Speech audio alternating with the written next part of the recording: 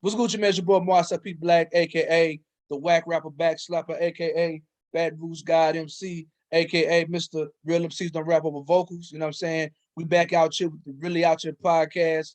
Man, now look, today's episode is special, and I'm gonna tell you why. Um, I'm 38 years old, and you know what I'm saying, I'm getting a little older, looking at 40, what have you. And I'm still touring, I'm still, rapping and recording music, what have you.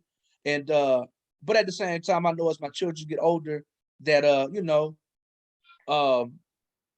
I'm not gonna be able to move like I once was, as far as like traveling and touring and things of that nature. And so I'm constantly trying to find ways to make sure that I'm always connected to the culture of hip hop, even when I'm past my rapping and touring prime. You understand what I'm saying? And this gentleman right here, you know what I'm saying? I don't know how we got connected on Facebook years ago. But like when I say he is, like, if anybody knows me, my mantra is culture over everything. Talk about hip hop culture. I got the mantra from Rhapsody, you know what I'm saying? And she gave me permission to use it. She did. I asked her in person, could I use culture over everything? She said yes. But for people who know me, you know what I'm about. This gentleman I'm about to, bring to the table here is the walking embodiment of culture over everything times 10. So for everybody listening, everybody watching, you know what I'm saying? I introduce you to the brother they call Minister Servant. How you doing, man? I'm doing great, man. Great intro, man. I love that mantra, culture of everything, man. I love that because that's what it really is. I mean, because for us, our culture is everything. You know what I'm saying? It's like Facts. our culture is our spirituality and the whole nine. Our culture is our God. Our culture of everything is real, especially when we're talking about hip hop culture, because we approach it in a way that's spiritual first. So yeah, I love that mantra, yo. Thanks for having me on here today. Indeed. So you've done so much, man. And I was trying to go through your bio, and like it just like, man, you've done like so much in so many different ways, from MCing to DJing to going to the seminary. You know what I'm saying? Like you've been all over the world working with so many amazing people. So I don't know where to start. So I'm gonna put the burden on you, right? So this is a blanket question. You can answer as much as you want to. How did Minister Servant get into hip hop? Well, it started many, many millennia ago when the universe was first created. Now, let's try. Nah, but really, man, it's just like, that's really a deep question, man, because we really look at hip hop as something that's already been here. Like we know the elements are nothing new. So I approach it from a spiritual end first and foremost. We approach it from higher infinite power healing our people. That's the end we approach it from. And for me personally, though, it's just like I'll be 58 next month. You know what I'm saying? So I'm older than my culture. You see what I'm saying? So we had no idea. Hip hop will be 48 years old this year. I'll be 58 years old this year. And excuse me, hip hop will be 49 years old. You see, I'll be 58 because next year is hip hop 50. But as most young Black people growing up in the 70s, particularly, young and teenager, trying to find our way. And rap music, before it was even an industry, was something that was already appealing because it was different. It was young. It was upbeat. And mind you, prior to even rap records being made, we were already kind of doing, rap type of stuff in the neighborhood already. You know what I'm saying? So when we first started Rappers Delight and King Tim III, it was like, what? It was unbelievable that was on record. So I always loved poetry. I have 3 older sisters. Let me just background on that. I have 3 older sisters. So my sister, that's 11 years older than me, she was a huge fan of the Last Poets.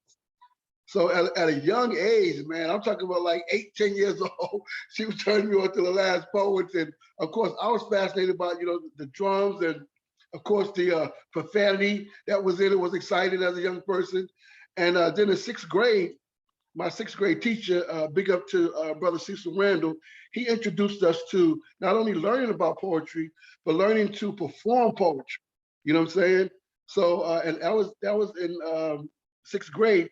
So by the time Rappers Delight came out, it was like a natural type of thing. And mind you, we weren't even calling it hip hop. It was just, you was either a rapper or you was, you know, a b-boy or a breaker, or you was a DJ, or you was doing graffiti, or you may have been doing all of them. You know what I'm saying? It really, it was just, you know, trying to be cool. We just wanted to be the cool kids. You know, our older brothers and sisters were more into funk and disco and, you know, maybe kind of house music and that type of stuff. But rap music and hip hop was something that we felt was our own. You know, so like most people, I got down with a crew.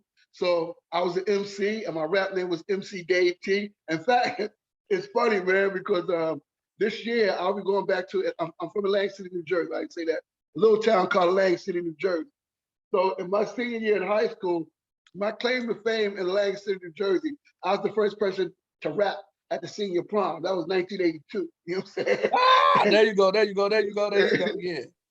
You know what I'm saying? But, you know, of course, during that time, there was no industry. There was nothing that, I don't think any of us really looked at it as something that was a career choice per se. Because, you know, if you notice, from the time Rappers Delight came out until right now, they're always trying to kill off hip hop. Give it 3 more years, give it this amount of years, this, you know. And so if they're doing that in 2022, you can imagine in 1982, you know what I'm saying, 40 Right. years ago, the mindset. But it was something that kind of drew us to it. So I graduated from high school and went to college in Ohio at Wilberforce University, the first privately owned and operated college in the United States of America. We started the whole HBCU thing. Salute Wilberforce. And when I got out there, you know, I started DJing. So I also pledged Omega Psi Phi Fraternity Incorporated, the world's greatest fraternity, to the Qs. Mm-hmm. And in fact, that's how I got the name Server. That was my line name, Server. So I became DJ Server, and then graduated, moved to Atlanta, got involved with Nation Time Syndicate, which is the first hip hop collective in Atlanta. In 1991 is when they started. I got involved with them in 1992. They celebrate my 30-year anniversary with Nation Time. Nation Time Syndicate, I said, the first hip hop collective in Atlanta. So we had the first DJ fleet. We had the first media outlet. We were doing a newsletter. We were doing a promotions. We did the Black College Party Tour. Our whole goal was to preserve hip hop culture and its art forms, because we could kind of see how the corporations were starting to infiltrate and try to shift the message of the culture. So while we knew we couldn't necessarily go against the big machine, we knew that we could maintain community and culture. And so, you know, I got involved in Nation Time Syndicate. And it's interesting because initially, as I said, I was DJ Server when I first got involved with Nation Time. But Nation Time Syndicate already had the Nation Time DJ fleet, already had mad producers. My undergraduate degree is in communication and journalism. So I started doing more writing and stuff with that. And fast forward, you know, got involved in a number of different things with Nation Time Syndicate, ended up being elevated to executive director. So in 2000, I decided that, you know, I was already kind of teaching, you know, that my background is teaching and counseling. I was already teaching in the public school system. So I, you know, decided to start taking advanced classes in spirituality, metaphysics, particularly, you know what I'm saying? And then it was said to me to go to ministry school, and I was like, nah, I'm not even feeling religion like that, to be honest. I can't see it, you know what I'm saying? And then it was pointed out to me that the work that we were doing in Nation Time Syndicate, that was already ministry. I was like, what you mean that's a ministry? It was like, well, ministry is just service to the people. It doesn't have to be confined and boxed in. I was like, oh, word? So when I went to ministry school, and I love telling people this, in 2000, when I went to ministry school, I intentionally went to ministry school to learn how to be of service to the Atlanta hip hop community. That was my goal, to, you know, that hip hop, every religion that already exists is already inside of hip hop. So hip hop doesn't need another religion, but hip hop needs someone that can at least give different perspectives from a hip hop mindset, from a hip hop consciousness. You know what I'm saying? Again, back to what we were talking about as far as the culture. You know what I'm saying? Coming from a cultural perspective. As the universe would have it, in my last quarter at ministry school, we brought KRS-One down for a youth conference. And KRS-One, you know, said that, you know, God told him that I'm supposed to help to lead the temple of hip hop, you know, this, that, and the other. And I'm like, you KRS-One. I didn't even say you KRS-One. You know how all of us in the hip hop community, whether we try to front now, KRS-One is KRS-One. He is the first master teacher and hip hop coach. You know what I'm saying? So when he asked me to be a spiritual advisor and help lead the Temple of Hip Hop, of course I was honored to do that. You know what I'm saying? And so we ran around for about 3 years. You know, beating down crews all over the country. You know how KRS do. You know what I'm saying? And I really wasn't there so much for KRS-One as I was for the Temple of Hip Hop, because I see myself as the everyman in hip hop. So it's kind of hard to look at KRS-One and say rap is something you do, hip hop is something you live. Because in the back of people's minds, they say, well, you KRS-One, you can say that because you whoop whoop. But if they see Minister Server, what they should say was, shit, if Server could do it, I could do it too, because I represent the everyman. So that's been, the journey of course, other things later on, the district manager, director for the Universal Zulu Nation for the state of Georgia, director of humanities for, director of humanities for Generation Hip Hop Global. I sit down on the board of advisors for the Universal Hip Hop Museum. I'm also a part of the Artist Relations Committee for the Universal Hip Hop Museum as well as being the founder and spiritual director of Higher Infinite Power, Healing Our People, Hip Hop Ministry, which is based in Atlanta. And we are a spiritual, cultural, political movement in hip hop. So that's what it is in a nutshell. So, okay, so what did you teach? When you taught, what did you teach? I taught English and African studies. Okay, in Georgia Public Schools? In Atlanta Public Schools? Well, actually, first I actually started off in Clayton County as a substitute teacher. And 2 Chainz was one of my students. I've known him since he was like 14 years old. Oh, wow, young Tawheed, huh? Yeah, Tawheed, Epps, exactly. Then I started teaching Head Start, and then I started teaching private school. And that's what I taught English and African Studies at Florence Jackson Academy, which is one of the first Afrocentric private schools in Georgia. I teach now.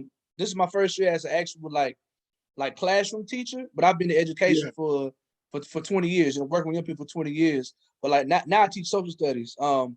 Last year during the pandemic, I was teaching virtually with a program called Humanities Amped, and I started in January 2020 or whatever, doing that after school program. But I created a curriculum called Free Hip Hop, and I'm with young Black kids, and it's mostly girls. Nobody wanted to rap, but they were still interested in hip hop. And so I created a hip hop and social justice curriculum that started after school program. It really was just gonna be based around a podcast, right? When I started, the pandemic hit, that kind of died out. But when school started, 2020, I started working for the program again and created and I fleshed out a full year's worth of curriculum about free hip hop, and it was incredible. And I was able to springboard that off and create a curriculum called Soul Cipher, which is about it's a hip hop and mental health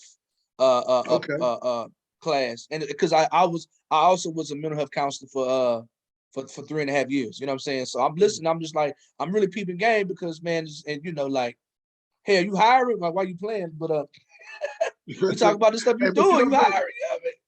Man, but it's really interesting, man. Like when I started substitute teaching, I was coming out of sales and marketing, and sales and marketing was great. The money was great. I just wasn't feeling, fulfilled. And I tell people, when you are looking, particularly in your 20s and stuff, when you're in college, everybody wants to get the bag and all that, and necessarily to get the bag. Particularly for me, I had 2 children before I even graduated from college. You know what I'm saying? So I definitely was doing some money. But once I got out and started making money, then it was like, excuse me, I just knew that it was something more. You know what I'm saying? And I wanted to obviously make money, but that's when, at the time, I wouldn't necessarily say I started to seek my purpose, but I can look back and say that's exactly what started happening. I started, feeling more purposeful. So, I'm like 25, 26 at the time. And so when I started substitute teaching, that's why I started subbing first, to see whether, first of all, I had the patience and all that. Thinking about teaching and actually being in the classroom can be worlds apart. You know what I'm saying? So I was like, let me go in on the hard end with the substitute teaching, because that's when you're going to get tested a lot. Yeah. You know Hell what I'm saying? yeah. Exactly. Right.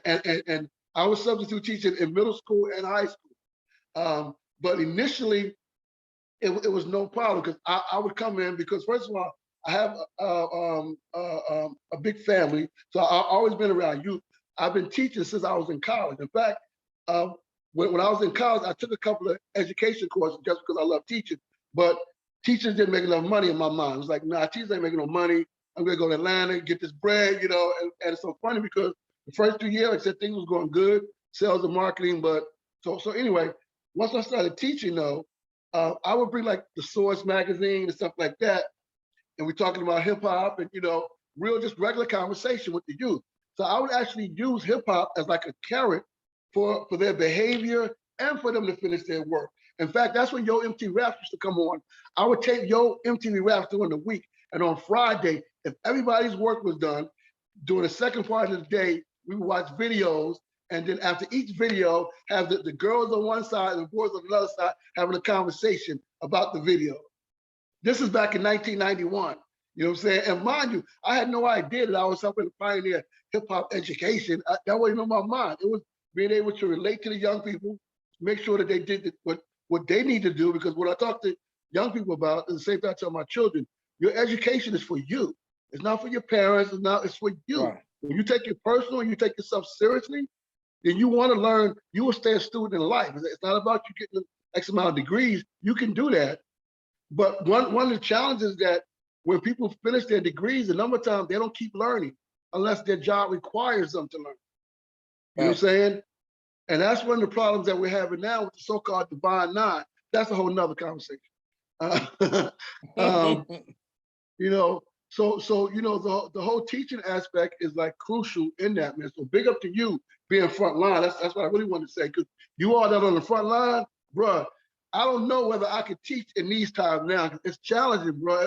It was challenging, 20 years ago, 30 years ago. I can imagine what teachers are going through now. You know what? And I just think that, like, I'm sorry to cut you off, but it's like, man, like, when we was young, we was wild too. If we'd had phones, it might be different. But I will say, I think with us not having technology, we ain't really do shit for clout.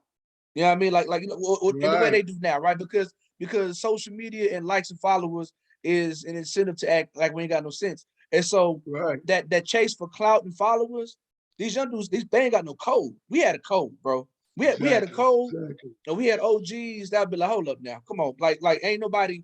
And like parents was young back then, you know what I'm saying? But like parents being young now, and they still on the same BS their kids is on. And so like the school I work at is 98% like Latinx. You know what I'm saying? And like a lot of them don't have parents who speak English. And so my students take advantage of that because they know that there's not a whole lot of conversation between the teachers and the parents. Right. And so like they be wilding out. But it's a couple things you said that I want to look at real quick. So let me see. All right. We talk about KRS. Okay. KRS, I've often been, compared to KRS. You know what I'm saying? Let me make sure I get the sound popping. I've been compared to him a lot. You know what I'm saying? So Minister Servant. Yes, sir. I have, oh snap. Oh my goodness. I have a super duper phone call I need to answer. Let me pause you real quick. I'm sorry about this. Let me pause you. No problem, bro. No problem. Let me pause real quick. Oh shit. All right. All right. So we had a little technical, but we back. We live back at it, like, you know what I'm saying, like how it's supposed to go. But yeah, so I want to show the minister something real quick fast before we move on. We talk about KRS-One. So one of the highlights of my career was this moment right here. I was in the cypher with KRS-One, and he passed me the microphone. Peep it.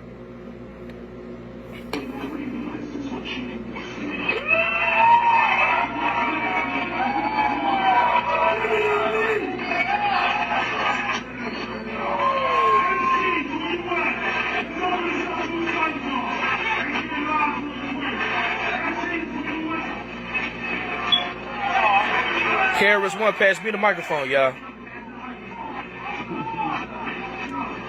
And I was super duper hype.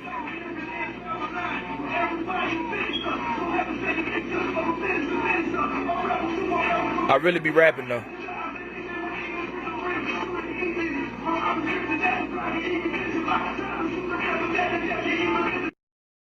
Yeah. So yeah. So big shout out to KRS. Yeah. Yeah, no doubt, man. Big up to the future. And yo, like, yeah, man. And you really do be rapping too, bro. For real, man. For real. You got real skill. Straight up. Hey, that means so much, bro. Like hey, I'm gonna be in Atlanta on tour this summer, man. I definitely want to link up with you. I told you I'm definitely coming through, bro, for sure. Yeah, but sure. And it's funny because you talk about the temple of hip hop, this, that, and the third. And I know, like, KRS-One is polarizing, he's enigmatic, and he's absolutely controversial. You know what I'm saying? And I've seen your interviews with Renegade Culture and with Dr. Jerry Ball. But we'll talk about that later. Big shout out to the remix and the whole Black Power Media. I was the first rapper interviewed on Black Power Media. I want to say that, by the way. Before they even started with the remix, I was the first person to be interviewed, rapper to be interviewed on Black Power Media. But anyways, I know Dr. Jared Ball is a huge fan of yours for sure. He is, man. That's my guy, and I'm a student of his. I ain't never took one of his classes, but I've been on him since like the early 2000s. You know what I'm saying? Like just following. I listen. I probably spend a minimum of 3 hours a day listening to I Mix What I Like or Black Power Media. So I'm a that's what's up. I watch everything. It's part of my media diet, as he says. But yeah. So like I've heard a lot of people question you about like some of KRS's more interesting takes and ways. I know for me, it's funny because I heard you mention something about the Zulu Nation. So around the time when the big scandal with Bambaataa happened, or what have you, Louisiana didn't have a charter for the Zulu Nation. And I was trying to go through the charter in Memphis. And then the scandal came out with Bambaataa, and everybody was like, oh, never mind. You know what I'm saying? Like, you know what I'm saying? And so like and then, man, brother Chris, the way he responded, his take was very cringeworthy. So just to get some insight from somebody who I consider, when we're talking about that level of hip hop culture, an insider. You know what I'm saying? I'll just get some insight. Like what was your, when the whole Bambaataa thing went down with the Zulu Nation, the way KRS-One handled it, you was a spiritual advisor. Like, as much as you feel comfortable, like, what were some of those conversations about? Like, how did you handle all that? Well, that's a multi-layered question, and I appreciate you asking that question, because I know sometimes people want to ask that question, but for whether they're trying to be politically correct or polite, or feel like it's a controversial question. But I'm a person who stands on truth, and the truth can always be questioned, right? That's what we say. So I never shy away from that. I'll take you back to when I first found out. I mean, and it was deep, because when I found out, I literally had just got off the plane coming from Hartford, Connecticut, leaving the Trinity International Hip Hop Festival. And Paradise Gray, big up to Paradise from X-Clan, called me and was like, "Server, did you hear the news?" I was like, "Nah." And so he sent me a couple of links. And the links was to, that's what Star, was doing the Star shit, And so, if you remember, initially there was a group of us that initially came out with a statement supporting Bambaataa on the accusation, because that's what they really were at the time. Later on, when we found out that there were enough people that we felt were credible enough that the accusations were credible accusations, that's when the Zulu Nation, so-called World Supreme Council, met with Bam or whatever. Like I said, there was a lot of behind-the-scenes shit that was happening, obviously. But when KRS-One made that statement on Drink Champs, it most certainly, for me, cringeworthy. That's putting it nice. That shit was whack as fuck. It was whack as fuck, because at the end of the day, even if it's just accusations, we have to be careful and mindful of the victim, because even if it's not as sensational as the media would try to make it, it's still some tragedy and still some situations that, again, not the average person, but a person that calls himself a leader. One of the things that I was taught by my elders growing up, nurture me in leadership, is that when you speak to and for a certain group, it's not the way you personally feel. You have to understand that you're speaking to and for a certain group. So, drink champs, of course, people get drunk and they get a little tipsy, but, even later on with KRS, kind of double down on the statements. And for those of us that know KRS-One, particularly those of us that are older and, peers to KRS-One, Chris has always been a philosopher saying, just things that make no sense sometimes. You know what I'm saying? And that's just a part of his character. Not seriously. It's like, I tell people when KRS-One first said, "I am hip hop," he was like, "What you mean you hip hop?" He was like, "Hip hop is like a pet to me. I can lead it around on a leash." I mean, Chris was saying just some wild shit. And now, of course, putting form and structure around it later on. So the same thing that he was trying to say in a crude way about the beginning of a culture.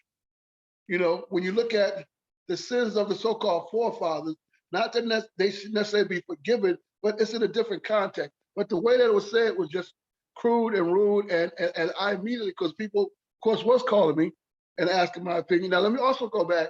I have not worked directly with KRS-One in over a decade, so I wasn't even working with KRS-One directly when it happened. I started working with KRS-One directly like in 2006. You know what I'm saying? We ran around for about 3 years, but we blazed such a trail that's kind of hip hop folklore. And because I continued to work, like I told people, I didn't want to get caught up in the Batman and Robin shit with Chris. You know what I'm saying? Like you only see Minister Server when you see KRS. No, like I said, I did 3 years of ministry school for my culture intentionally to be able to serve my people, regardless of where they are in their spiritual path. At the very least, to give them a different perspective that helps them to activate a higher infinite power, healing our people, the God within themselves. So I tell people all the time, a person's religion is none of my business. So of course, when that happened, I immediately put out a statement, and the statement said just what I just said, that we as leaders, if you see yourself as a leader, you have to understand what that means, not just to you personally, but to the people that you're speaking to and for. And that was very hurtful, and it's still hurtful to people. So like I said, there's been a lot of conversation behind the scene. Now, one thing I also want to add, as you said, people started jumping ship like, "Oh, I ain't down with Zulu, woo." And to me, that was whack as fuck.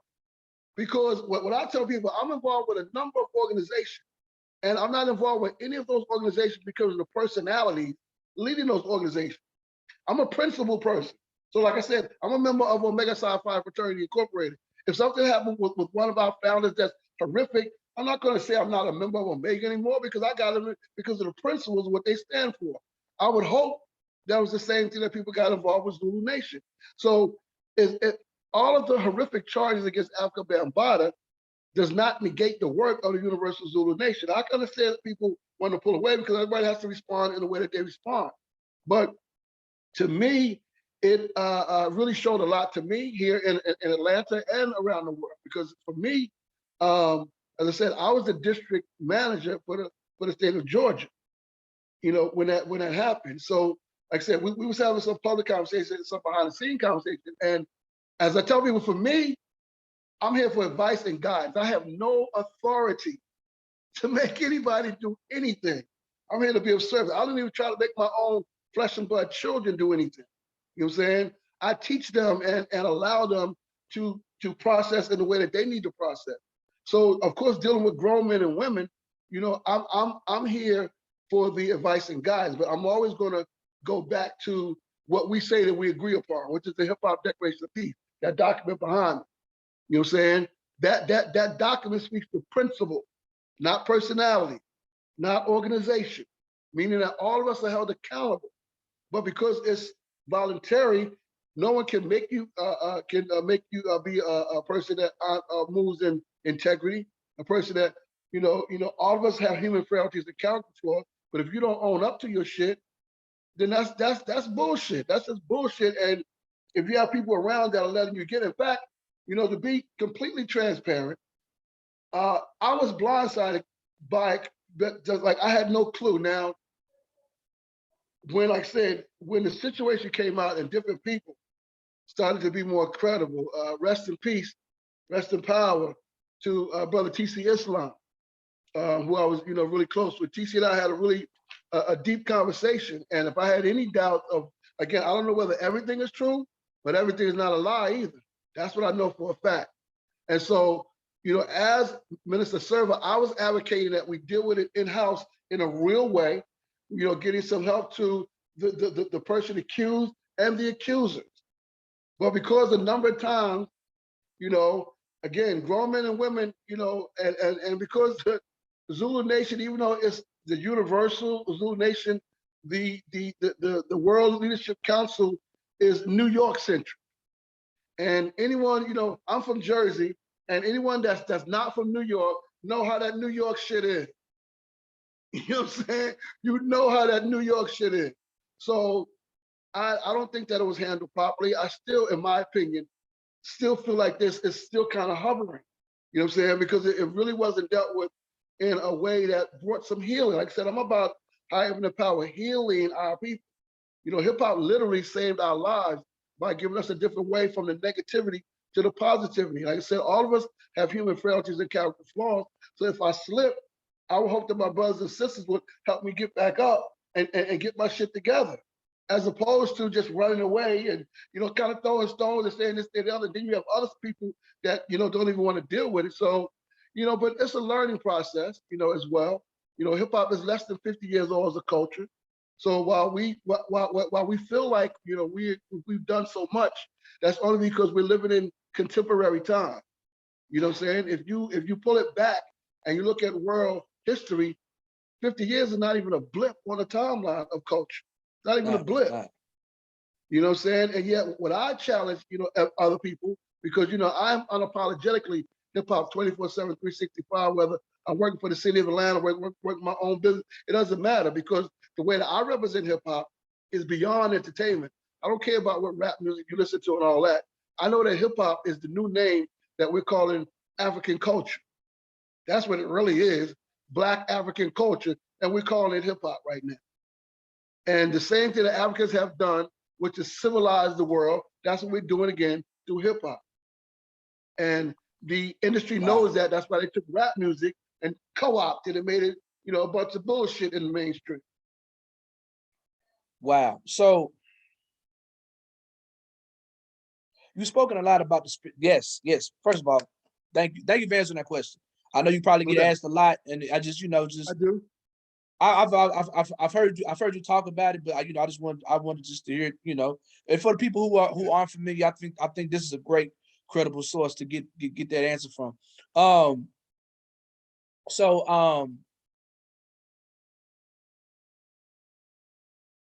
I can't remember what it was. I can't remember what I was watching, but it spoke of gospel music, in the form of runaway slave hymns, being able to sing when our ancestors was enslaved in the peculiar institution of chattel slavery, was the first right that African people had in America.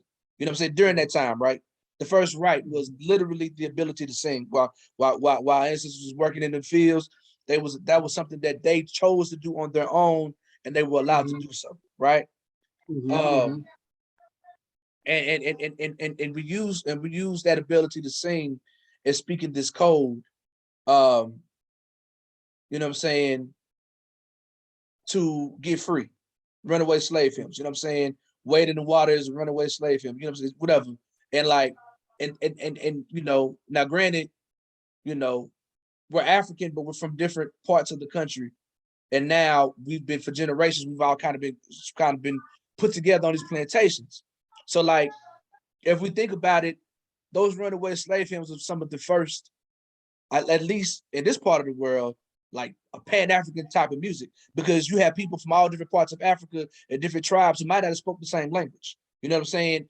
And on the motherland, but now we're in America and we're using English, and we're using just the African in this to articulate, you know what I'm saying, this particular, we're using our spiritual side, and we're using just, we're using our intelligence to find a way to get away. to express ourselves and then also communicate about we get the hell about this plantation.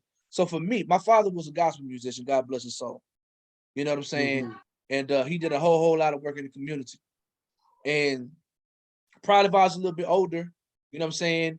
You know, growing up in Southern Oklahoma, I wasn't exposed to, like, how can I say it? I had an older cousin who was really into hip hop, but just like a kid growing up in a bigger city, I can't lie and say that everywhere I looked it was hip hop, right? It was absolutely, Mm-hmm. you know what I'm saying? Like, and so, but I see hip hop at its best, well, at its core. I not at its best, but at its core, you know, as an extension of that sentiment.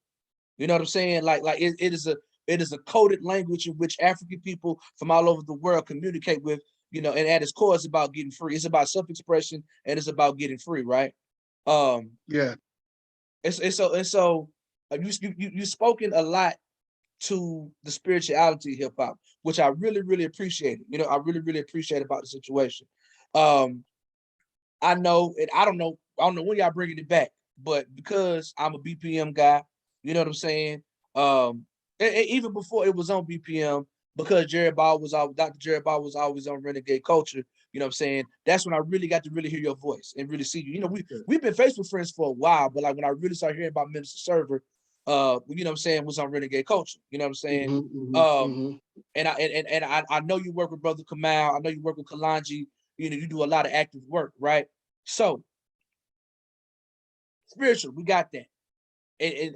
And I'm a career conscious hip hop artist, so I want this to be explained to everyone else, but at the same time, I'm asking just as a person who sees it from a spiritual standpoint and a black empowerment standpoint.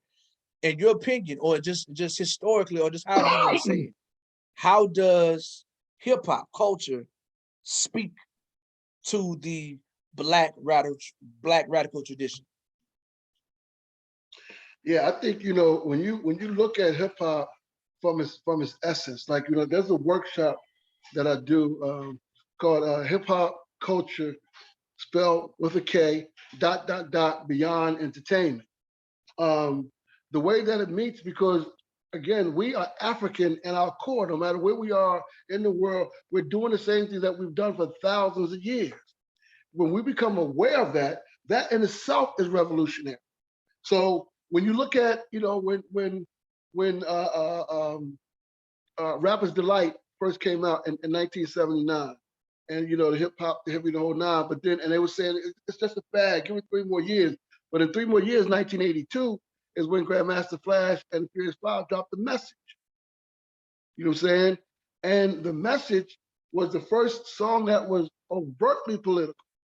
Even to the very end of the song. At the end of the song, they got arrested by the police.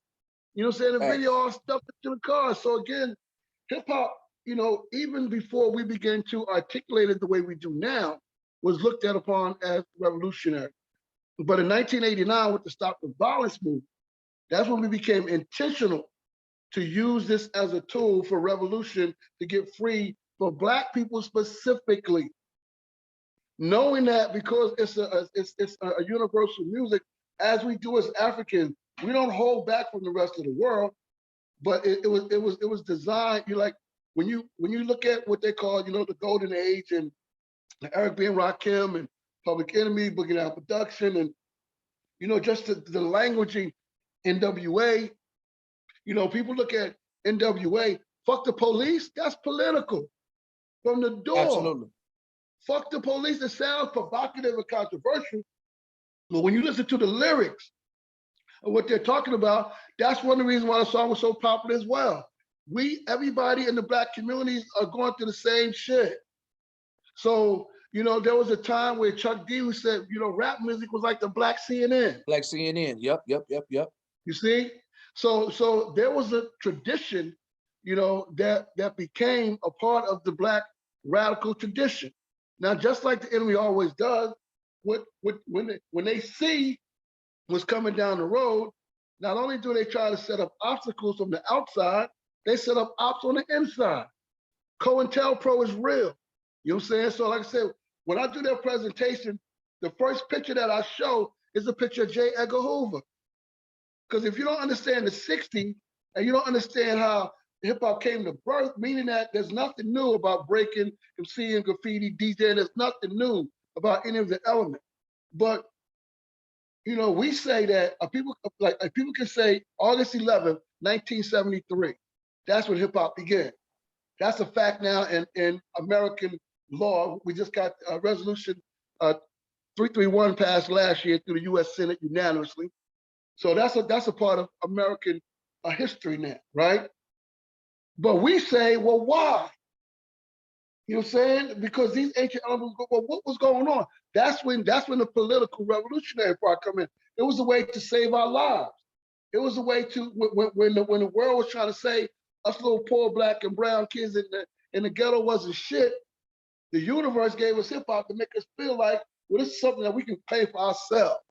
This is something that could be ours. So just that in itself is revolutionary. I always say whenever I'm teaching about the origins of hip hop, right? So Oklahoma has a gang culture, Crips and Bloods, right? And so I always ask the kids, I say, name all the Crips and Bloods that you know. Hoover, 60s, 90s, blah, blah, blah, blah, blah. Okay, drill music is big, Chicago drill. I said, name all the Chicago-born gangs that you know. Gangsta Disciple, BD, whatever, whatever, whatever.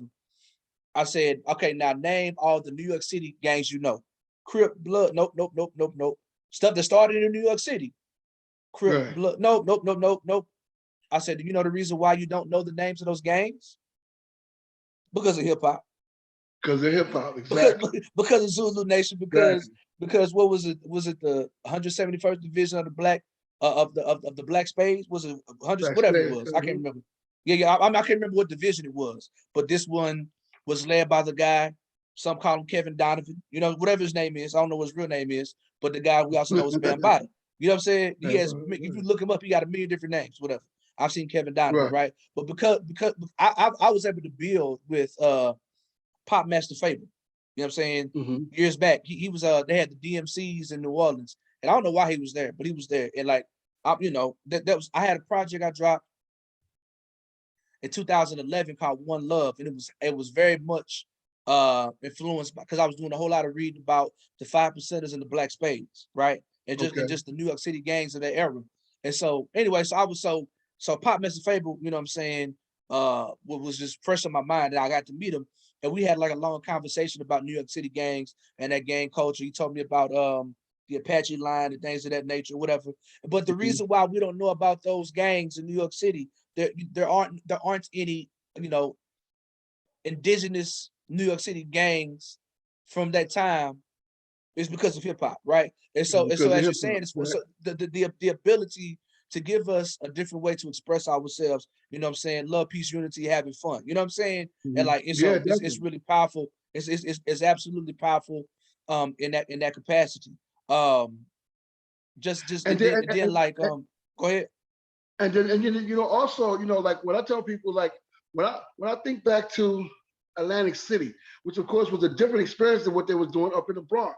But for us, because we had started seeing like, for me, the first elements that I can really remember were people doing graffiti, you know what I'm saying? And then you started seeing the people dancing sort of like James Brown. That's what, in our mind, it was like, you know, James Brown type dancing. Then you started seeing, you know, the lockers, you know, with the popping and breaking it, you know, pop locking, that type of stuff. Yeah, you know what I'm saying?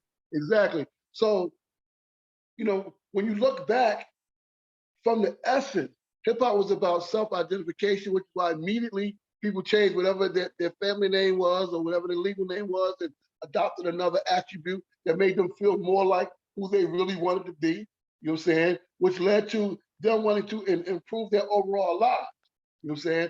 From the way that we dressed in the whole nine, you know what I'm saying? Whether we didn't really have a lot, but whatever we had, we wanted to make it fresh.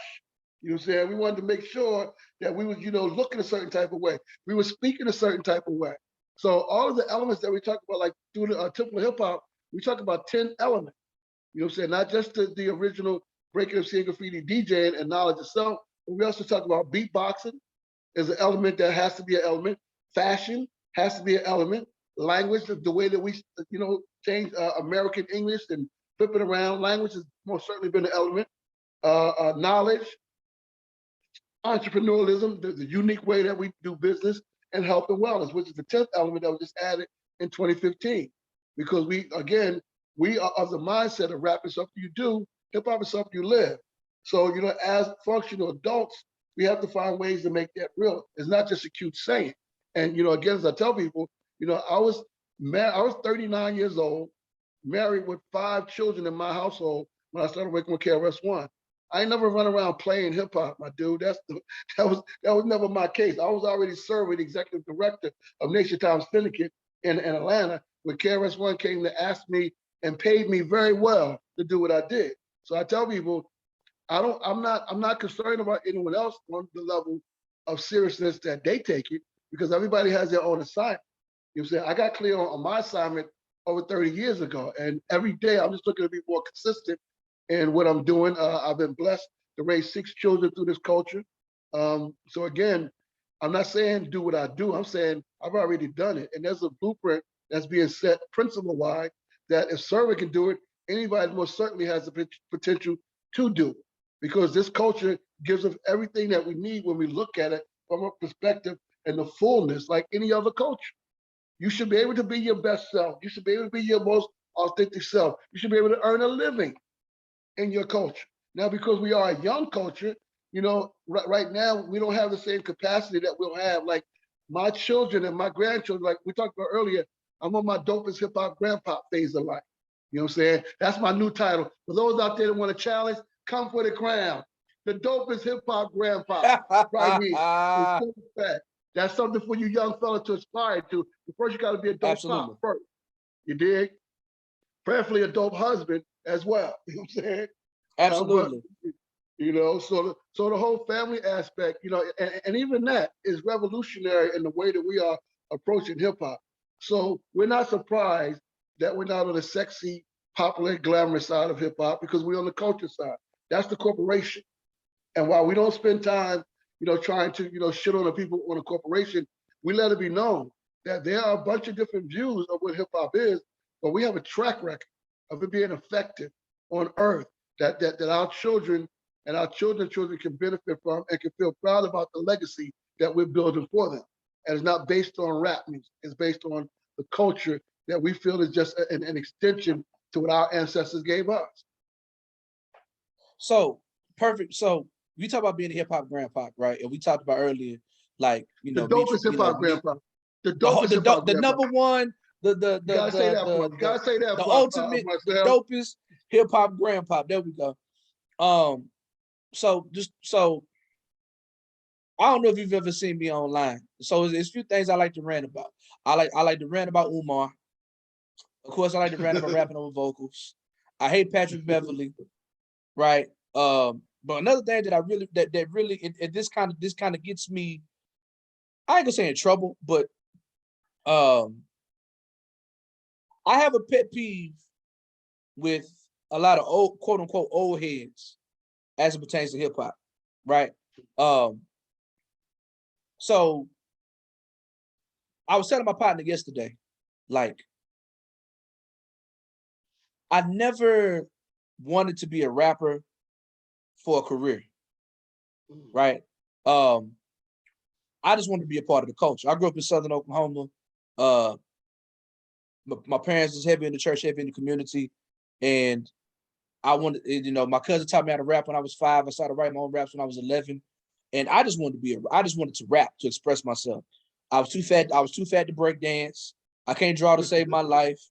And while I had every other type of musical instrument in the world, because my father was a gospel musician, I didn't have access to turntables, right?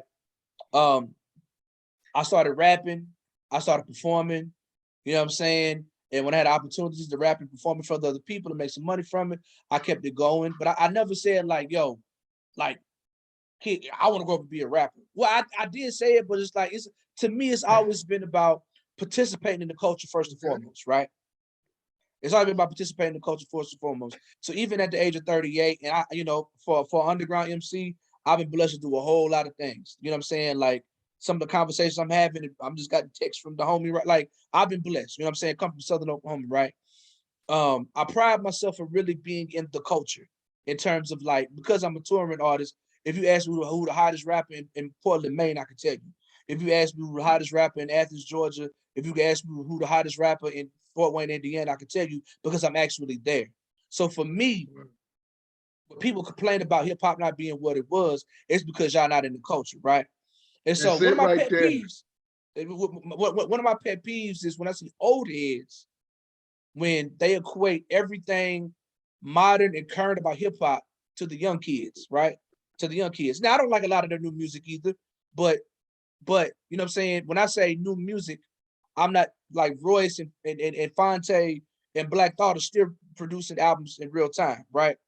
Um, I don't like the stuck. I have a pet peeve with the stuck in the 90s old heads, right? Um, like they will complain about how MTV and BET and the radio ruin hip hop, but they only look to those platforms, which are dinosaurs at this point, to find their new music. You know this, Minister Server. It is easier for you and I to listen to any album that we want to than it was, you know, even 10 years ago, let alone in the 90s, right? I love hip hop so much.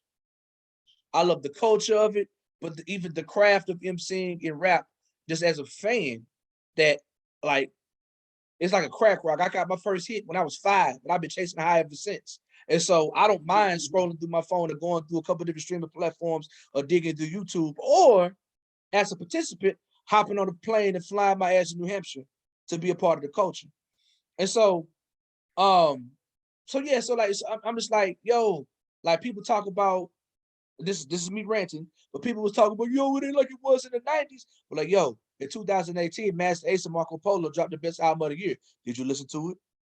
No. Why come you didn't listen to it? Because it's not on the radio. Because, you know, we're so conditioned, especially with social media even more now in different ways, but like we're so conditioned to capitalism and only really paying attention to what they shove down our throats.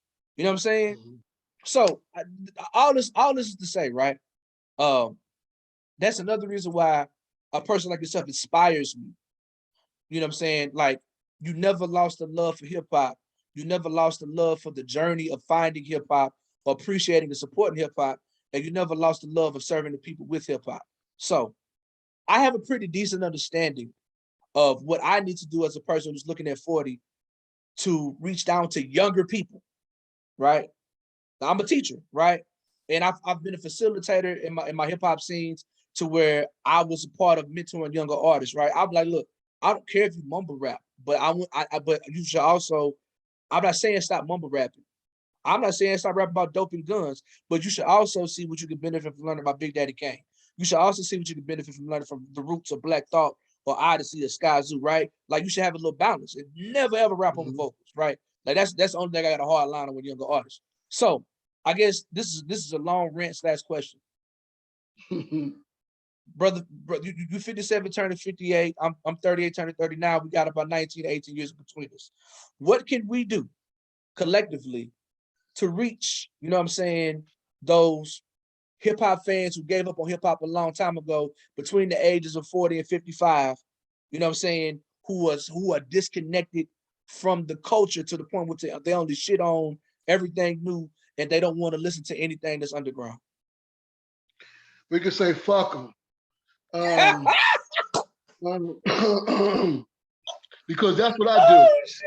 And mind you, these are my peers. So, you know, as I'm on my hip hop Grandpop, Dopest hip hop Grandpop rant, what I talk to my peers about is that we have at least 3 generations of hip hop right now. And again, I'm speaking just in general terms. So you have that 42 to 62, right? You have that 41 to about 25, and then that 25 and under, just generally speaking. The biggest hypocrites in hip hop to me is the 42 to 62. We're the biggest hypocrites. We're the biggest hypocrites. You know why? Because we're the ones that, first of all, we were the ones that were tasked with using the culture to connect our people, right? There's never been a time where every rapper has been dope and somebody that you like and you like the style. Never. They try to romanticize about the 80s and 90s like everybody was dope, which is bullshit, which is why you hear the same names Big Daddy Kane, KRS-One, the same names because everybody wasn't dope. Just like now, everybody's not dope. There's some dope young people now. So as you know, if you're in that 42 to 62, and this is what I tell my peers directly, you have three choices in hip hop: lead, follow, or get the fuck out the way. You know what I'm saying? That's it. Lead, follow, get out the way. Now, if it's not for you to lead now, like if you can tell me why you hate X amount of rappers and mumble rap and surveying like it was back in the day, but as you just said, you can't tell me no rapper under the age of 30, shut the fuck up. I don't want to have that conversation with you. I'm going to get on your nerves and you're going to be like, sir, you just tripping. But the reality is that I'm a vanguard of the culture. You know what I'm saying? Rap is our cultural music. You know what I'm saying? So how dare you only stay stuck in 2 fucking decades ago on the music? That's one of the things that when I talk to my peers who I've been talking to offline, that's one of the first questions I ask them. Who's in your top 5 right now? And you know what they say? Yo, sir, I'm like, yo, okay, this is another thing. If you're over the age of 50, consciously or unconsciously, you fall into one of 3 categories. Either you still hip hop, you grown and sexy, or you just old and corny. One of the 3. Hip hop, grown and sexy, or old and corny. You make the call. That's not for me to make, but if you're not listening to any current rap music, you between grown and sexy and old and corny. There's some dope ass artists out right now, and like you said, it's never been easier to get music. We come from an era where rap radio didn't even fucking exist. So for you to even be up on stuff, you had to be a part of the culture. So if you fell off and you only get your music and you only get your reference of music from the mainstream, fuck you. You part of the problem. Holler at me personally. Let's have a real conversation, whether online or offline.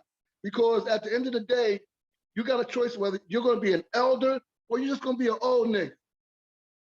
And it's like, if that's ooh, Lord, that's great. That's great. I'm glad you said that, because being a mentor, just being an artist and facilitator, like, you have to earn the title of OG. Just because you've been around for a long time, that'll make you an OG. You know what I'm saying? Right. Or just because you old, that'll make you an elder. You know what I'm saying? Like you just that's great. I agree. The time, like, if you only an OG if you're helping out other people. Like that only, you know what I'm saying? That's, to me, that's the only thing that makes you an OG. You got young OGs too, right? But see, it's like, how can I say it? What really makes me mad is underground hip hop is the type of music that some of these quote unquote old heads love. It's more of it than ever, right? And it's easier to get than ever.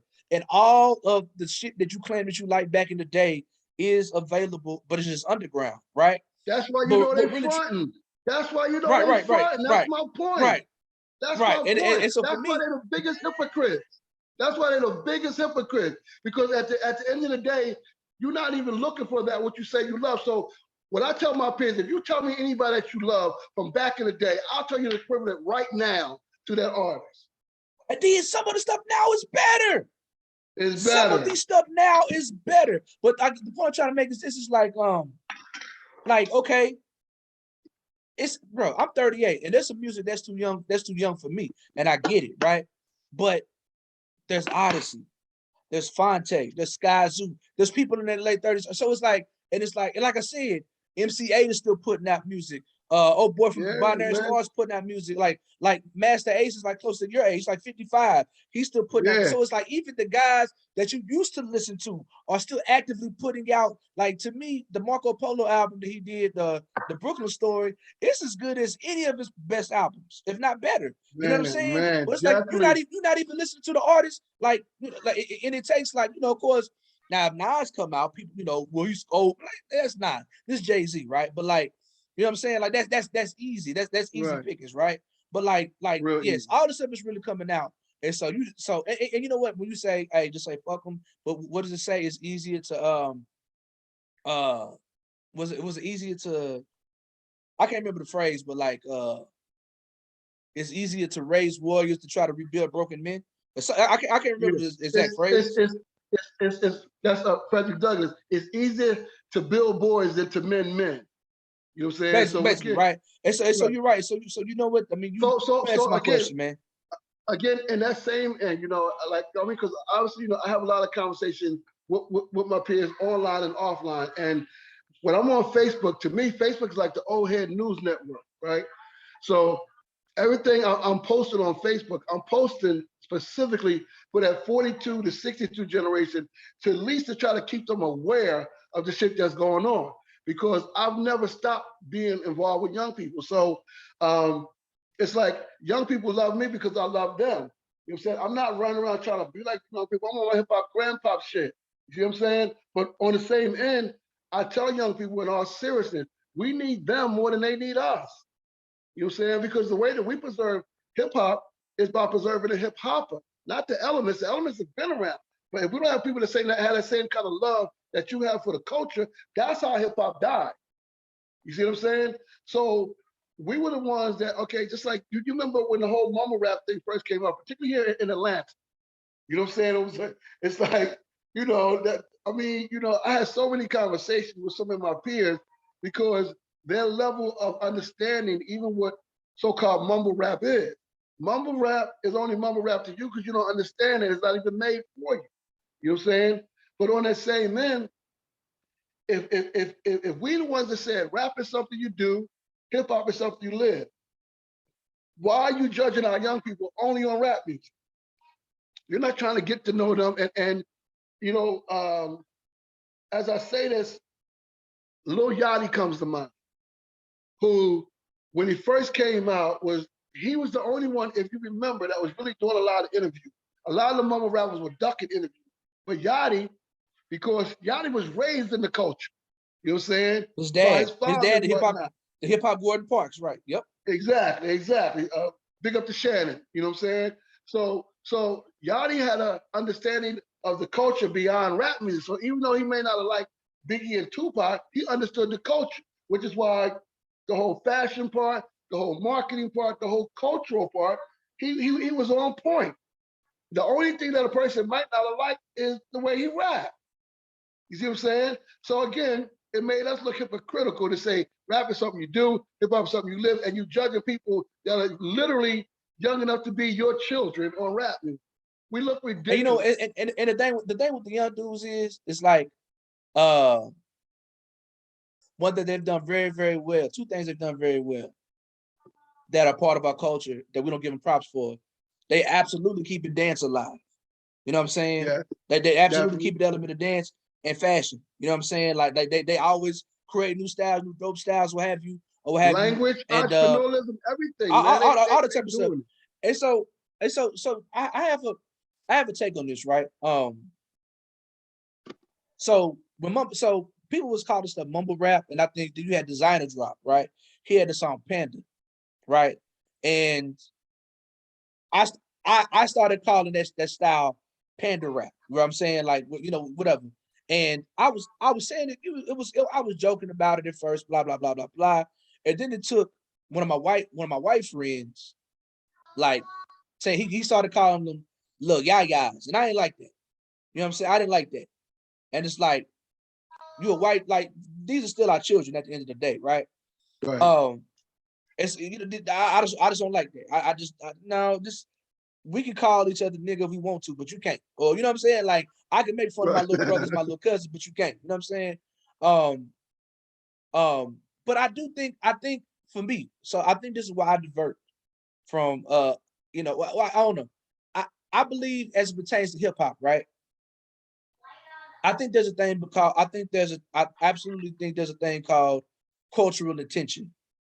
And so, like, for me, when I'm listening to an artist of any age, of any whatever, like mainstream, underground, young, old, you can tell when someone's making music for the music company, for the record industry, and you can tell when the person has cultural attention, right?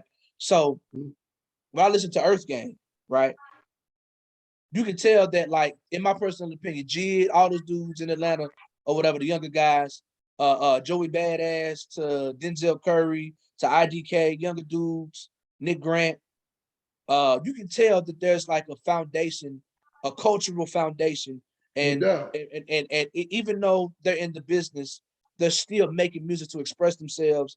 And even as far, it doesn't sound like Earth Gang sounds nothing like They don't even sound like they get compared to Outkast, but they don't sound like Outkast. No, Or they definitely right. don't sound. They definitely don't sound like easy. You know what I'm saying? Or Kid and Play, right? As a duo.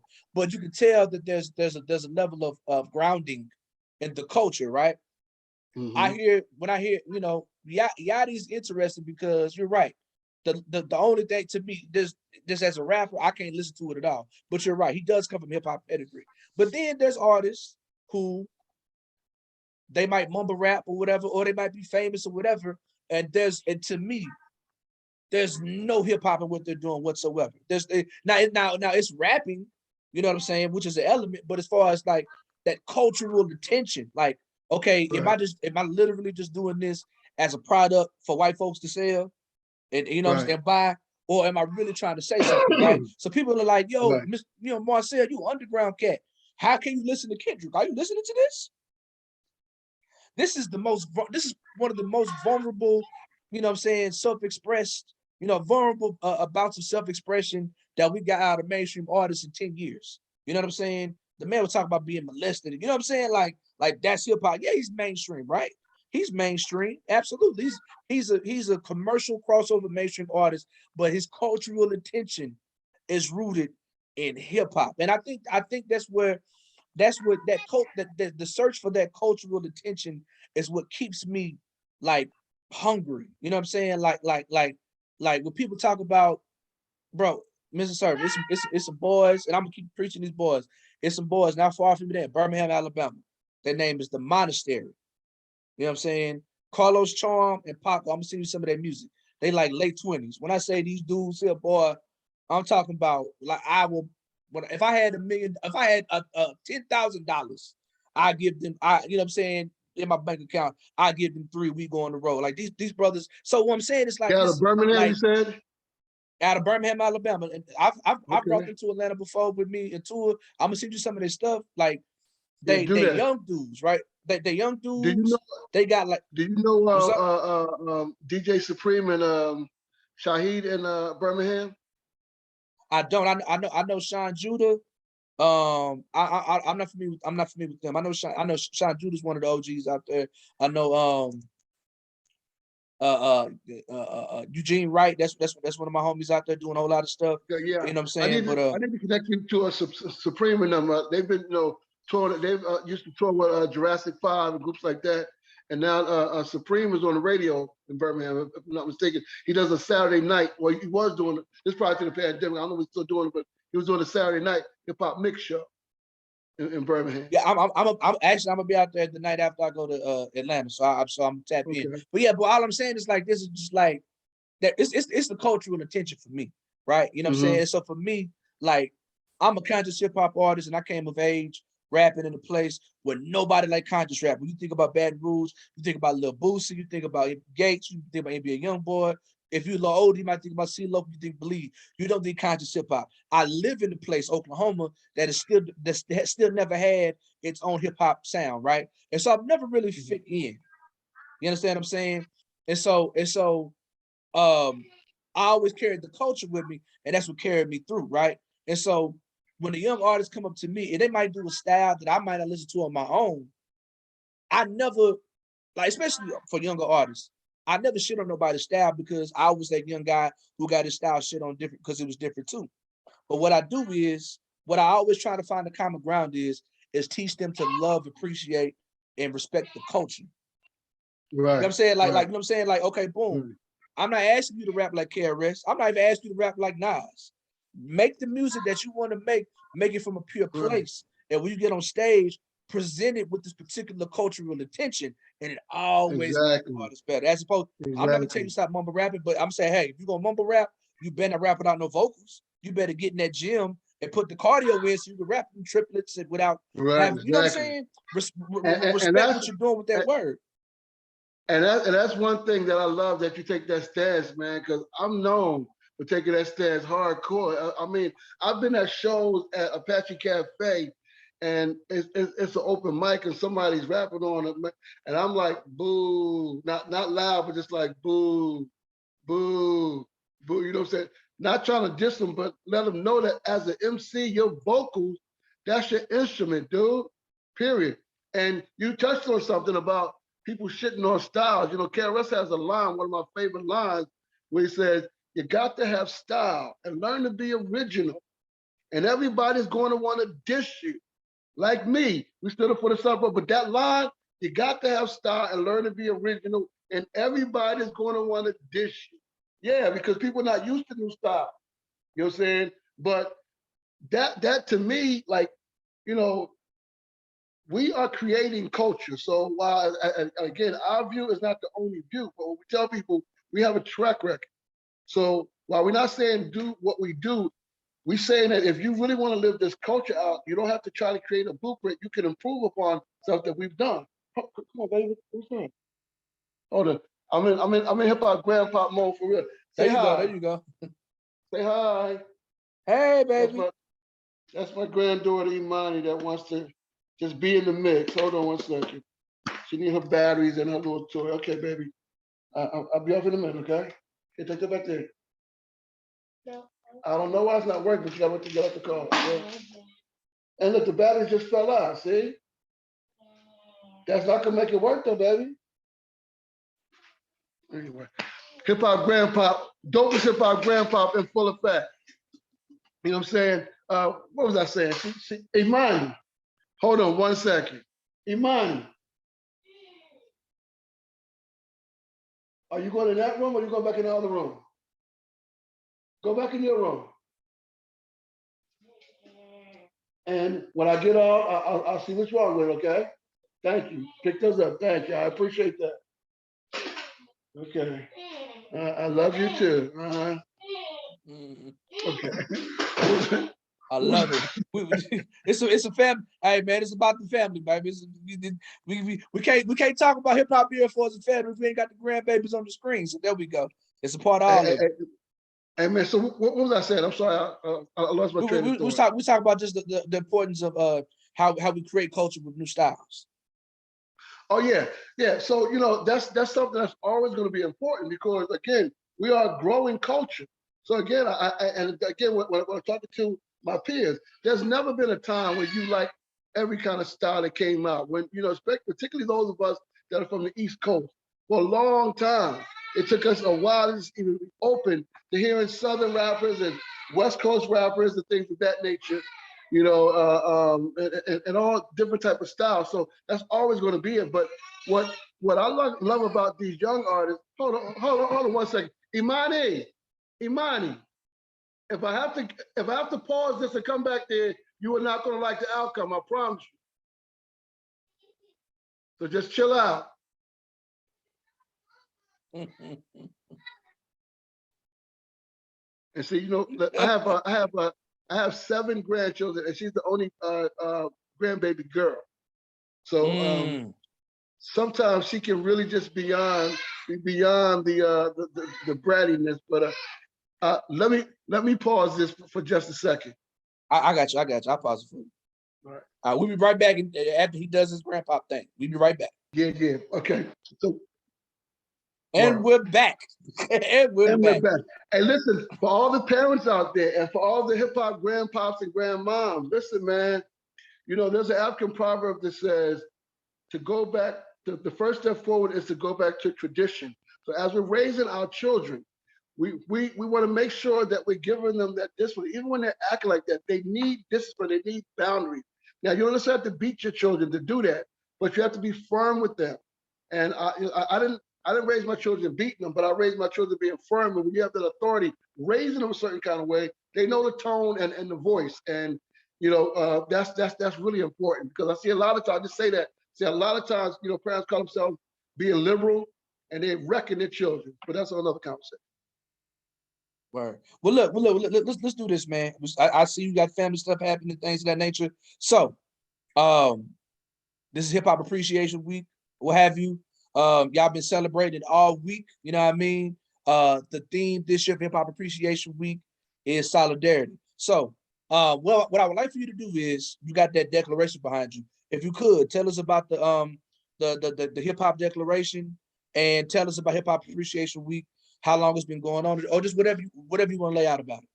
Yeah. First, so you know, big up to KRS-One, the teacher.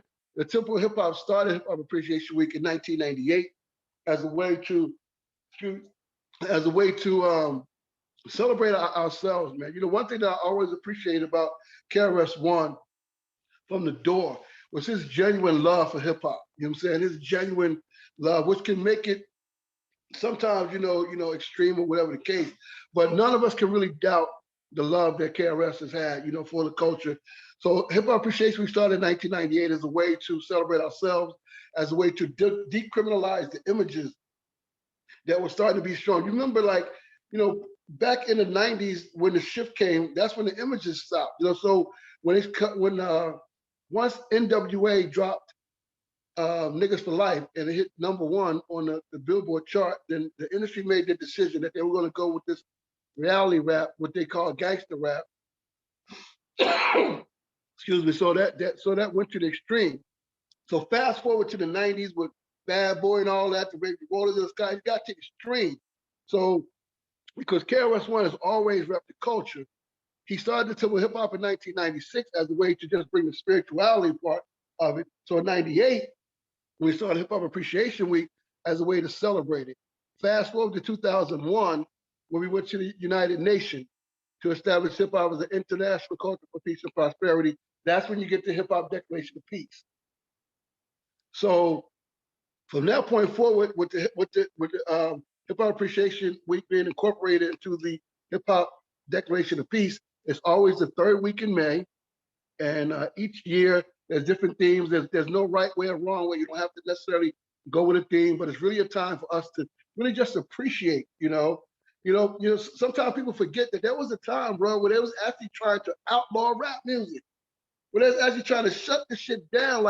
Even though we have a brief history, we have a lot that has happened. So during the Hip Hop Appreciation Week, we want to take time to appreciate each other. People like yourself that are, holding down a significant part of the culture that may not get the love from the mainstream, but bro, you get massive props and respect in the culture. Your name rings bells in the culture. You know what I'm saying? Man, that means so much to me. I appreciate you, man. That means so much. For real, bro. And I always tell people, there's Hip Hop Corporation and there's Hip Hop culture, and they kind of intermingle, but the culture will always, and I mean always, be stronger than the corporation. And I'm not saying it just from hype. We started our culture in 1973. We don't start dealing with the corporation until 1979 with Rapper's Delight. That's when the corporation, so from that point forward, and now we're getting to a point now where, because we are older, we're looking at the culture from a different lens. So we're looking at the Hip Hop Declaration of Peace. Those 18 principles are serious. That there's not one person's name or one organization that's mentioned in that document, because it is an international document that you or anyone else that is a part of the culture can take that document and take ownership of it and use those principles as guidelines for you to live a positive, productive, progressive hip hop lifestyle. And as the preamble said, that's there for advice and guidance and protection for us to lay down a foundation of health, love, awareness, wealth, peace, and prosperity for ourselves, our children, and our children's children forever.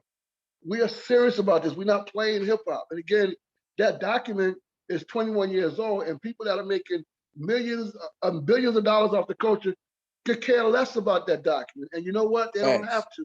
Only the people that are self-identified. I can't tell you whether you're hip hop or not. You can tell yourself whether you are, but if you say that you are, it's not unreasonable that I expect you to add on to help preserve and develop our culture, and you can expect the same thing of me. That's not unreasonable, because we say that we're hip hop. Now, if you say, I'm just doing this business, I'm just trying to get this bag, okay, I'm not tripping. I'm not expecting you to do anything for what you're saying. I live in Atlanta. I don't shit on the artists down here that are not of the type of rap music that I like, because again, I live in this community and I see what people don't see online from different artists. So it's always about the culture. It's always about the community. Social media and all that, those are necessary tools right now, but we live on the planet Earth. Don't get caught up in that shit. You know what I'm saying? Big up to you as an independent artist, man. When I saw you post a thing about the different cities, that shit was inspiring to me. Just to see, people like yourself, that again, people need to see it in real time that it can exist. You also had, I like one of your songs, well, I can't think of the name of it, where you talked about how people that don't really like the culture try to make the culture seem corny. You know what I'm saying? Try to make it seem that like you lame because you repping the culture. Whereas though the entertainment it's about the For the Culture project. You're right. Yeah. That was But Buckshot was at the beginning talking like they try to make the hip hop kids look corny. I got yep. Right, exactly. And for me, I'm always wanting to connect with artists that again are self-identified and understand the culture beyond rap music. Rap is just something you do. Hip hop is something you live. I mean, the way that you talk about your wife and family, all that's culture, all that's hip hop. I mean, those are things that we need, and our younger people need to see that people can do it and be their authentic self. You know what I'm saying? It's like you can't look at the corporation standard of success if you're involved in the culture. You have to understand, again, as I tell people, and again, no disrespect, if I wanted to be, like a quote unquote Bishop Don Juan type minister and run around and do that shit, again, no diss to the bishop because he does what he does. But I'm not running around playing hip hop. You know what I'm saying? I did 3 years in ministry school so I can communicate with our people from a spiritual, cultural, political perspective.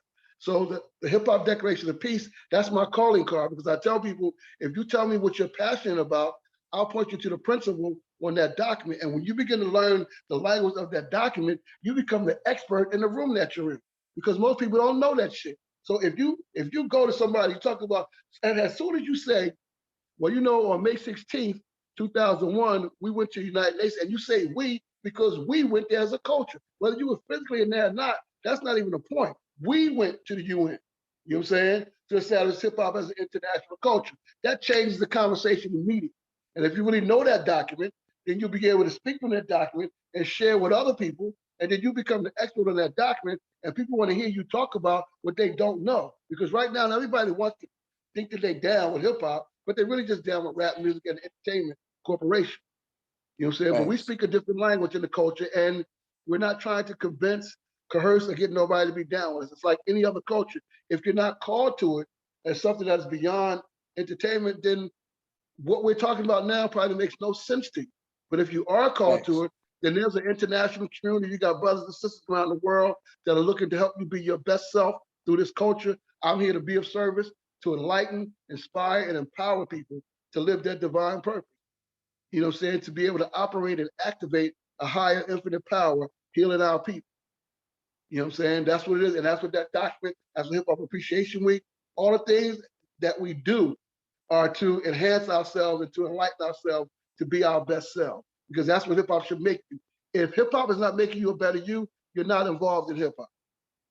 Period. So, it's so much. This brother's done so much. Like when I am inspired by just hearing you talk, like seeing you as the dopest hip hop grandpa, how energetic you get about hip hop. Like, how it just, how your eyes light up. You just, what I'm saying? I can hear it in your voice. And like, that's something I aspire to be as well. So I really appreciate you and your time.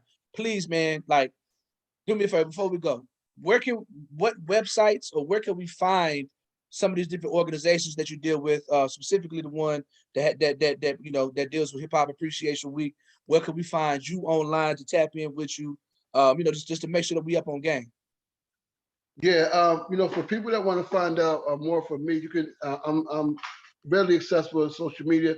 Minister Server, MINISTERSERVER. None of that old hip hop spelling. No, I'm just kidding.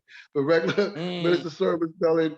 And at gmail.com is my email. In fact, if you want a digital, this is just the digital poster of the Hip Hop Declaration of Peace. If you want a digital copy of that, I'll send you that. I'll also send you the PDF so you can actually have the actual document. We have that about, I think, like 7 different languages.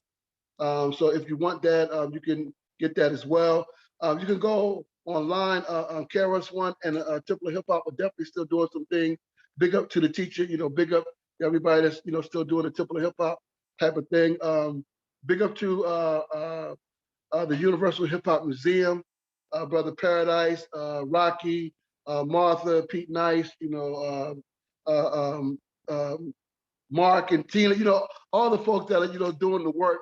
But, we are in the information age, Marcel, you know what I'm saying? It's like anything anybody wants to find out about, they can find out about. But if you have no desire, then don't try to force it. Be your authentic self. Some people just like rap music. You're not necessarily, trying to, build culture. That's okay. Don't feel burdened that you got to be doing, cultural stuff. If you just like rap music, just be authentic. Is what I ask people. I have more respect for a person that's just trying to get the bag than a person that's fronting that they hip hop, but they don't want to do nothing but rap. They don't want to do nothing but mainstream, and they want to shit on everybody else and all that. That's not hip hop. In fact, the last thing I want to say, there are 18 principles on that document. I love all of the principles. Number 11 resonates strongly, but my favorite principle is principle number 17. And I like to read that just like right quick. You mind? Absolutely, absolutely. Come on. Having this document right here, baby. Right there. You see down there? Yeah, this one. Yeah, right there.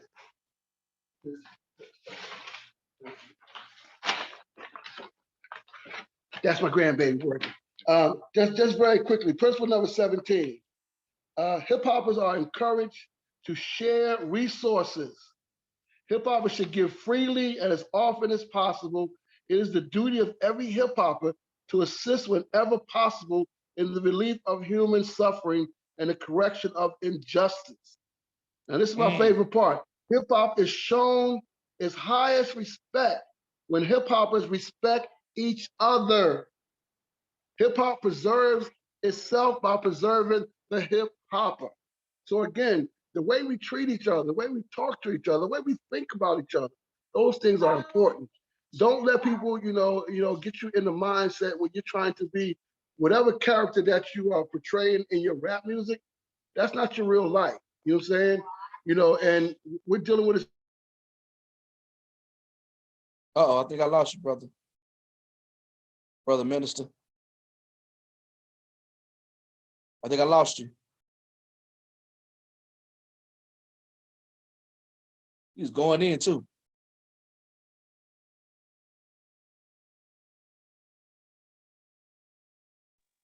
Yo. It's still recording too. Oh wow. Hope we didn't lose what we had. Yeah, I'm not sure where we got cut off. Also, something I should have warned you about from the beginning. I am a celestial being transmitting live from the planet Earth. So I'll be breaking down circuits all the time. Systems be breaking down and stopping for that high infinite power, healing our people energy. So it happens occasionally, bro. But look, man, hey, we're gonna leave it right there, man. The dopest hip hop Grandpop, walking, literally the walking manifestation of what I call culture over everything. It's a pleasure and an honor, and look, I look up to you. I'm inspired by you. I'm glad we finally got to see each other. We digitally face to face and voice to voice. I look forward to meeting you in person when I come to Atlanta. And I'm looking forward to seeing you rocking in Atlanta, bro. Looking forward to that. I'm coming, baby. It's been 2 years. Hey, I'm happy to be back on tour. Hey, listen, bro. It ain't nothing like a dope MC. And you're a dope MC. I've been listening to your music all day today, yo. Just to get the energy right, bro. And bro, I'm telling you, just like I tell artists, people know I'm probably one. As much as I love hip hop, I'm probably one of the biggest critics of rap music because again, there's a certain skill set. And again, last thing I want to say, that's the thing I tell people. When I started working with KRS-One, he was 17 years as being, who he is. And yet his commitment to the craft of MCing to this day is inspiring.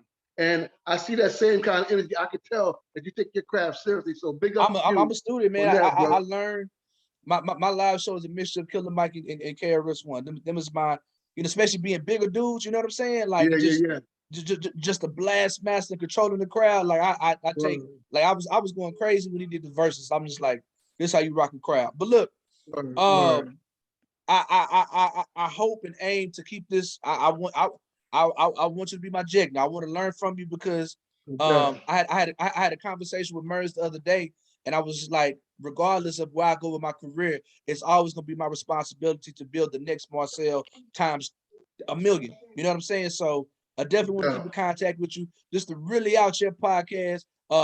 It's gonna air MarcelPBlack.com. On YouTube, search Marcel P. Black. And until then, we'll catch you on the other side. Peace.